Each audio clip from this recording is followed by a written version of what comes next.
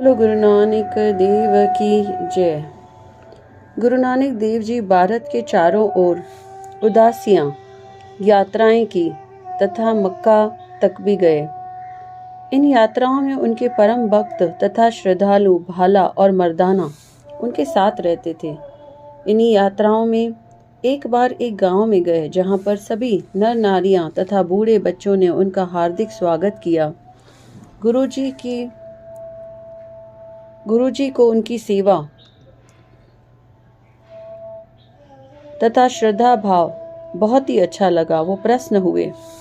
बाला और मर्दाना भी बहुत खुश थे। अगले दिन जब गुरुजी उनके साथ गांव से चलने लगे तो सभी गांववासी उनको विदा करने के लिए आए। उस समय गुरु नानक जी ने आशीर्वाद दिया कि आप सभी उजड़ जाओ, देश के कोने कोने में बिखर जाओ, सभी भिन्न स्थानों पर जाकर रहें। बाला और मर्दाना आश्चर्यचकित हो गए। यह कैसा आशीर्वाद है, परंतु मौन रहे, कुछ नहीं बोले। दूसरे दिन वे यात्रा करते करते एक अन्य गांव में पहुंच गए।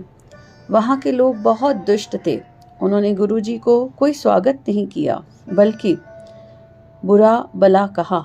न कुछ खाने के लिए दिया, न ही रहने को कोई स्थान दिया। अब रात थी, इसलिए वहीं बितानी थी। तीनों भूखे ही एक पेड़ के नीचे जमीन पर सो गए। अगले दिन जब वहां से प्रस्थान करने लगे तो गुरुजी ने चलते समय कहा, भगवान करे कि यह सभी लोग सदा इसी गांव में बसे रहें, अन्य स्थान पर न जाएं। बाला और मर्दाना स्तब्ध रह गए। अब उनसे नहीं रहा गया। दोनों ने गुरु नानक देव जी से शिकायत के रूप में एक साथ कहा, यह आप क्या कह रहे हैं? आपने उस गांव के सज्जन, श्रद्धालु तथा दयावान लोगों को जगह जगह बिखर जाने का आशीर्वाद दिया तथा इस गांव के दुष्ट, अभद्र तथा क्रूर लोगों को आराम से इसी गांव में बसे रहने का आशीर्वाद दे रहे हैं। हमसे ये सहन नहीं होगा।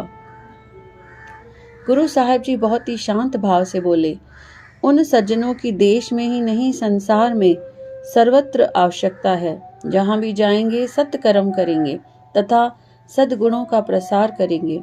इससे समाज तथा मानवता का कल्याण होगा। दुष्ट लोग अपने अवगुणों तथा दुष्कर्मों से जहां भी जाएंगे वातावरण को दूषित करेंगे। इसीलिए इनकी दुर्गंध एक ही स्थान पर सीमित रहे तो अच्छा। मेरे प्यारे शिष्यों, इस रहस्य को समझो।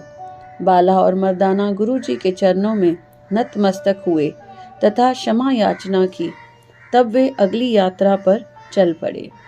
बोलो गुरु नानक देव की जय।